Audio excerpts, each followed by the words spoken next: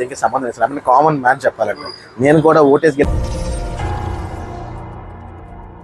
మీరు భావిస్తున్నారు సార్. నేను అనుకోవడం ఏంటంటే some kind of political pressure. Because పోలీసుల మీద మాకు చాలా పూర్తి నమ్మకం ఉంది. బికాస్ వాళ్ళే లేకపోతే అసలు ఇంతవరకు జరిగేది కూడా కాదు. వాళ్ళు కూడా న్యాయం కోసం పోరాడుతున్నారు. కాకపోతే మరి ఎందుకు పొలిటికల్కి ఎంత ప్రెషర్ ఉంది? ఎందుకంటే గాజువాక మన టీడీపీ ఏదైతే రూలింగ్ ఉందో దాని వరకు హెడ్ ఎవరైతే ఉన్నారో మన పన్నా శ్రీనివాస్ గారు. సో అతను పార్టీ ఇన్ఛార్జ్ కదా మొత్తం ఆంధ్ర మొత్తానికి. సో మేబీ అక్కడ నుంచి ప్రెషర్ వస్తుందేమో అని అనుకుంటున్నాను నేను మాత్రం. ఎందుకంటే డైరెక్ట్ వెళ్ళాక అదే కనబడుతుంది. నాకు అసలు ఎటువంటి పార్టీకి కానీ దీనికి సంబంధం లేదు. అంటే కామన్ మ్యాన్ చెప్పాలంటే నేను కూడా ఓటేసి గెలిపించింది మన పన్నా శ్రీనివాస్ గారిని గెలిపించాను సార్. అంటే అభిమానం కొద్ది. బికాస్ ఒకటే ప్రాంత అతను అతను చదువుకున్నాడు, ఎంబీఏ చేశారనమాట. సో ఆ ఎడ్యుకేటెడ్ పరంగా మా గౌరవం అతనికి ఎప్పుడు ఉంటుంది. కాదు ఆవిడ భూ కబ్జాలని చెప్పేసి ఆవిడ మీద ఓన్లీ 13 ఎఫ్ఐఆర్ ప్రస్తుతం రైట్ అవే లైవ్ లో ఉన్నాయి అన్ని. నేను చెప్పేది మొత్తం విశాఖపట్నం మొత్తం సంబంధించిన. మనతో ఉన్నారు కొత్తూరు నరేంద్ర. ఈయన బ్యాక్గ్రౌండ్ ఏంటంటే, అంటే మనకు తెలిసినంతవరకు కూడా ఈయన ఒక విషయంలో ఫిర్యాదు చేసినందుకు గాజువాక పోలీస్ స్టేషన్ వెళ్ళారు. గాజువాక పోలీస్ స్టేషన్లో తెలుగుదేశం పార్టీకి చెందిన సరస్వతి అనంతలక్ష్మి ఈయన చెప్పుతో పడడం జరిగింది. ఆ తర్వాత ఆ నేపథ్యంలోనే ఇక్కడ విజయ ప్రెస్ క్లబ్లో ప్రెస్ మీట్ పెట్టారు. ఆ తర్వాత ఏం జరిగిందో తెలియదు, కానీ ఇప్పుడు మళ్ళీ ఈ రోజు నా ప్రెస్ మీట్ ఏర్పాటు చేశారు. ఆ వివరాలు తెలుసుకుని పెట్టించాను. నరేంద్ర గారు ఎలా ఉన్నారు ఫస్ట్ ఆఫ్ ఆల్ చెప్పండి. ఎస్ సార్, కొంచెం పర్లేదు సర్దుకున్నాను. అప్పట్లోనే మీరు అప్పుడు ప్రెస్ మీట్ లో చాలా ఆవేదన వ్యక్తం చేశారు. మళ్ళీ ఇప్పుడు రావడం గల ప్రత్యేకించి కారణం ఏంటి? అప్పుడు యాక్చువల్లీ నాకు జరిగిన అన్యాయానికి ఆల్రెడీ సీఏ గారికి కానీ తర్వాత మన కమిషనర్ గారి దగ్గరికి వెళ్ళి కలవడం జరిగిందండి. సో వాళ్ళు నాకు చెప్పడం తగిన న్యాయం చేస్తానని చెప్పన్నారు. సో దానికి తగ్గట్టు ఒక ప్రాసెస్ ఉంటుందమ్మా, ఫాలో అవ్వమని చెప్పన్నారు. సో ఆ ప్రాసెస్ ఫాలో అవడానికి నాకు 7 నెలలు టైం పట్టింది. అంతా ఫాలో అయ్యి వాళ్ళకి కావాల్సిన డాక్యుమెంట్స్ ఏవైతే కావాలో మొత్తం లీగల్ గా అని అయిన తర్వాత కూడా కోర్టులో వాళ్ళు కోర్టులో మన గాజువాక స్టేషన్ నుంచి వాళ్ళకి ఛార్జ్ షీట్ ఫైల్ చేసి పంపించడం జరిగింది. పంపించిన తర్వాత మొన్న శనివారం మనకి కోర్టు నుంచి అరెస్ట్ వారెంట్ వచ్చింది. ఆవిడ పేరు సరస్వతి అనంతలక్ష్మి గారి మీద అరెస్ట్ వారెంట్ వచ్చింది. అయినా సరే వాళ్ళు పోలీసులు ఎటువంటి అరెస్ట్ చేయలేదు అవన్నీ.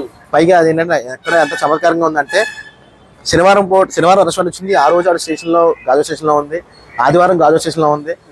నిన్న సోమవారం కూడా నిన్న మార్నింగ్ 10 నుంచి 11 గంటలకు నేను నా కలర్ తీసిన అప్పుడు కూడా గాజువాక స్టేషన్ ఉంటుంది. కాబట్టి మీరు కానీ సీసీ ఫోటో తీసినా సరే ఉన్నారంటే ఆవిడ పోలీసులు అదుపులో ఉన్నట్టు అనుకోవచ్చు కదా? కాదు సార్, అదే సార్. ఇప్పుడు బేసిక్ గా అరెస్ట్ వారెంట్ వచ్చినప్పుడు కన్ఫర్మ్ తర్వాత మీరు కోర్టు తీసుకెళ్ళి అన్ని అరెస్ట్ చేయాలి కదా సార్. అరెస్ట్ అయితే అందరూ ఎందుకుంటారు, అక్కడ ఎందుకుంటారు ఉంటారు కదా. ఈ రోజు మార్నింగ్ కూడా బయట ఉన్నారు చెప్పాలంటే. సో బేసిక్ నా మీద తప్పుడు కేసు పెట్టి నన్ను బ్లాక్ చేసినప్పుడే నాకు 1 hour టైం ఇస్తున్నారు వాళ్ళు పోలీసులు. సో అలాంటిది 72 గంటలు దేనికి పడుతుంది సార్ మామూలు చెప్పాలంటే? అంటే మీరు చెప్పారు దాదాపు 6-7 నెలల ప్రాసెస్ తర్వాత అంటే అరెస్ట్ వారెంట్ ఇచ్చేటువంటి పరిస్థితి వచ్చింది. అయినప్పటికీ కూడా ఎందుకు అరెస్ట్ చేయడానికి మీరు భావిస్తున్నారు? సార్ నేను అనుకోవడం ఏంటంటే some kind of political pressure. Because పోలీసుల మీద మాకు చాలా పూర్తి నమ్మకం ఉంది. బికాస్ వాళ్ళే లేకపోతే అసలు ఇంతవరకు జరిగేది కూడా కాదు. వాళ్ళు కూడా న్యాయం కోసం పోరాడుతున్నారు. కాకపోతే మరి ఎందుకు పొలిటికల్కి ఎంత ప్రెషర్ ఉంది? ఎందుకంటే గాజువాక మన టీడీపీ ఏదైతే రూలింగ్ ఉందో దాని వరకు హెడ్ ఎవరైతే ఉన్నారో మన పన్నా శ్రీనివాస్ గారు. సో అతను పార్టీ ఇన్ఛార్జ్ కదా మొత్తం ఆంధ్ర మొత్తానికి. సో మేబీ అక్కడ నుంచి ప్రెషర్ వస్తుందేమో అని అనుకుంటున్నాను నేను మాత్రం. ఎందుకంటే డైరెక్ట్ వెళ్ళాక అదే కనబడుతుంది. సార్ మరో విషయం ఇక్కడ అంటే వాళ్ళంటే అధికార తెలుగుదేశం పార్టీ చెందిన వాళ్ళు అధికారంలో అంటే మీరు ఏదైనా రాజకీయ పార్టీతో మీకు సంబంధం? సార్ నాకు అసలు ఎటువంటి పార్టీకి కానీ దీనికి సంబంధం లేదు. అంటే కామన్ మ్యాన్ చెప్పాలంటే నేను కూడా ఓటేసి గెలిపించింది మన పన్నా శ్రీనివాస్ గారిని గెలిపించాను సార్. అంటే అభిమానం కొద్ది. బికాస్ ఒకటే ప్రాంత అతను చదువుకున్నాడు, ఎంబీఏ చేశారనమాట. సో ఆ ఎడ్యుకేటెడ్ పరంగా మా గౌరవం అతనికి ఎప్పుడు ఉంటుంది. ఇక్కడ జరగదు ఏంటంటే నా క్వశ్చన్ ఒకటే, ఇప్పుడు మీ గాజువాక కాన్స్టిట్యూన్సీలోని మీరు ఏపీ మొత్తానికి హెడ్ కదా టీడీపీకి, TDP party head, AP Telangana what ever reason maybe అంత హెడ్ ఆ పొజిషన్ లో మీరు ఉండేటప్పుడు మీ నియోజకవర్గంలో నాకే మీరు న్యాయం చేయలేనప్పుడు మీరు వాళ్ళు మొత్తం రాష్ట్రానికి మీరు ఏం న్యాయం చేస్తారు నాకు క్వశ్చన్ సార్.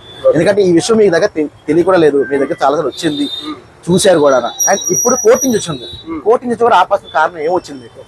సరే మీరు పోలీసులు అడిగారా ఎందుకు అరెస్ట్ చేయలేదని చెప్పాను? సార్ నేనైతే డైరెక్ట్ వెళ్ళలేదు. బట్ మా ఇంట్లో వెళ్ళడం జరిగింది అనమాట. వెళ్ళడం జరుగుతుంది, ప్రాసెస్ ఉందమ్మా చెప్పన్నారు. బట్ వాళ్ళ మాటలో 3-4 days కూడా జరుగుతుంది. అంటే ఒక మనిషికి అరెస్ట్ వారెంట్ వచ్చిన తర్వాత, కోర్టు నుంచి వచ్చిన తర్వాత వారి దేవుడైనా సరే అరెస్ట్ చేయాల్సిందే. మరి అరెస్ట్ చేయకుండా 3 రోజుల నుంచి నాటుతున్నారంటే కారణం పొలిటికల్ ప్రెషర్ సార్. ఫైనల్ గా అప్పుడు అంటే మిమ్మల్ని ఆమె చెప్పుతో కొట్టడం కారణం ఏంటి చెప్పండి సార్? అప్పుడు నాకు బేసిక్గా వేరే వాళ్ళు నాకు ఆవిడ నాకు మనది పార్ట్ అనమాట. సో నాకు ఆవిడ ఏంటంటే పార్ట్నర్ అని చెప్పి నేను ఒక 2 లక్షల డబ్బులు ఇచ్చి కంపెనీ ఫర్మ్ రిజిస్టర్ కట్టారనమాట. అంతే తప్ప దాని తర్వాత నాకు డబ్బులు ఇచ్చినట్టు ఏవో పెట్టి నా మీద ఎవరికి ఉద్యోగాలు ఇప్పించాలని నా మీద బడ్జెట్ పెట్టి పెట్టారనమాట. అసలు నాకు క్వశ్చన్ ఏం అర్థం కాలేదంటే, ఇప్పుడు మీకు కంపెనీ ఉంది, మీ కంపెనీలో మీరు ఉద్యోగం డబ్బులు తీసుకుంటారో చెప్పండి. నా ఫర్మే నాది ఆవిడ ఉన్నది పార్ట్ అనమాట. సో ఎప్పుడైతే పార్టీ రీడింగ్లోకి వచ్చిందో నేనే కాదు సార్. ఇప్పుడు నేను అక్కడనే కాదు, ఆవిడ భూ కబ్జాలని చెప్పేసి ఆవిడ మీద ఓన్లీ 13 ఎఫ్ఐఆర్ ప్రస్తుతం రైట్ అవే లైవ్ లో ఉన్నాయి అన్ని. నేను చెప్పేది మొత్తం విశాఖపట్నం మొత్తం సంబంధించిన అన్ని 10 ఎఫ్ఐఆర్లు ఉన్నాయన్నమాట. సో అలాంటి వాళ్ళు రౌడీ షెట్ ఓపెన్ చేయకుండా ఎంత పార్టీకి ఏది చేసినా సరే కొన్ని రూల్స్ అండ్ రెగ్యులేషన్ ఉంటాయి కదా సార్. అవును సార్. ఎవరికైనా రూల్స్ అండ్ రెగ్యులేషన్ ఉంటాయి కదా. మరి ఇది కూడా ఏంటంటే ఇది స్టేషన్ లో జరిగింది. నా క్వశ్చన్ ఏంటంటే గాజువాక పోలీస్ స్టేషన్ లో జరిగితేనే ఒక న్యాయం చేయలేని పోలీసులు, అలాంటిది జనాలు ఇంకెక్కడ పక్క సందులోనో ఎక్కడ చేస్తే న్యాయం ఏం చేస్తారని చెప్పేసి, పైగా విత్ వ్యాలిడ్ ప్రూఫ్ కూడా సీసీ కెమెరా ఫుటేజ్ ఉంది, మొత్తం అప్పుడంతా హల్చల్ కూడా అయ్యింది. సో స్టేషన్ లో జరిగితేనే మీరు ఒక మనిషికి మీరు దాని న్యాయం చేయలేనప్పుడు మీరు బయట చేస్తే మీరు న్యాయం ఏం చేసినట్టు? పోనీ ఇప్పుడు కూడా అదే అన్నాను, పోనీ అప్పటికే దానికి టైం పట్టింది అనుకున్నాం, ఇప్పుడు మొత్తం అరెస్ట్ వారెంట్ కూడా వచ్చింది కదా, మరి ఎందుకు ఆపుతున్నారు? సార్ నాకు విత్ ఇన్ నెక్స్ట్ 24 hours లో మీరు నేను సిపి గారిని కోరుకునేది అంటే ఆవిడ మీరు అరెస్ట్ చేయాలి. చేసిన తర్వాత చేస్తే ఓకే, చేయకపోతే గాజువాక సెంటర్ నామని నిర్హాత చేయడం కదా రెడీ. ఎందుకంటే నా ప్రాణంగా నాకు బికాస్ ఎందుకంటే ఆవిడ వల్ల నేను కానీ నా ఫ్యామిలీ మొత్తం రోడ్డు మీద వచ్చేసాను. చెప్పాలంటే నా ఉద్యోగం పోయింది, నేను రోడ్డు మీద వచ్చేసా. నాకు ఎస్ అన్ఎంప్లాయ్, నేను ఖాళీగా ఉన్నాను.